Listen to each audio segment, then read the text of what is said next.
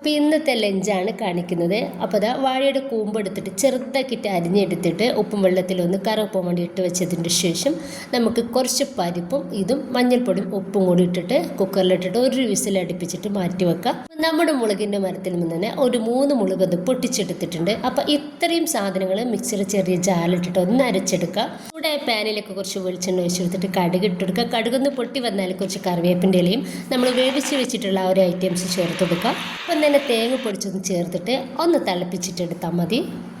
വേറൊരു ഐറ്റംസ് ഉള്ളത് കോളിഫ്ലവറാണ്. അപ്പോൾ അതാ മസാല പുരട്ടി വെച്ചിട്ടുള്ള കോളിഫ്ലവർ ഈ ഒരു വെളിച്ചെണ്ണയിൽ നന്നാക്കിയിട്ടൊന്ന് ഫ്രൈ ആക്കിയതിന് ശേഷം അതും ഒന്ന് മാറ്റി വെക്കാം. അതിനിപ്പോൾ ചോറെടുത്തിട്ടുണ്ട്. അതിലേക്ക് നമ്മുടെ ഒരു സ്പെഷ്യൽ കൂട്ടാനും കോളിഫ്ലവറും അതുപോലെ തന്നെ കോഴിമുട്ടയും പിന്നെ ഇതാ നല്ല ടേസ്റ്റി ആയിട്ടുള്ള മാങ്ങാച്ചാറും പിന്നെ ഇതാ പപ്പടും കൂടി ഒന്ന് എടുത്തിട്ടുണ്ട്. അപ്പോൾ ഇതാ നല്ല ടേസ്റ്റാണ്. എല്ലാ കൂട്ടാനും ഒന്നിനൊന്ന് വെച്ചാണ് സൂപ്പർ ടേസ്റ്റ് ഉണ്ട്. അപ്പോൾ ഇതൊന്ന് കഴിക്കുകയാണ്. അപ്പോൾ നമുക്ക് ഈ ഒരു വാഴയുടെ കൊമ്പും അച്ചാറും മാത്രം മതി ചോറ് കഴിക്കാൻ വേണ്ടിയിട്ട്. അത്രയും ടേസ്റ്റുള്ളൊരു കൂട്ടാനാണ്. ട്രൈ ചെയ്ത് നോക്കാം.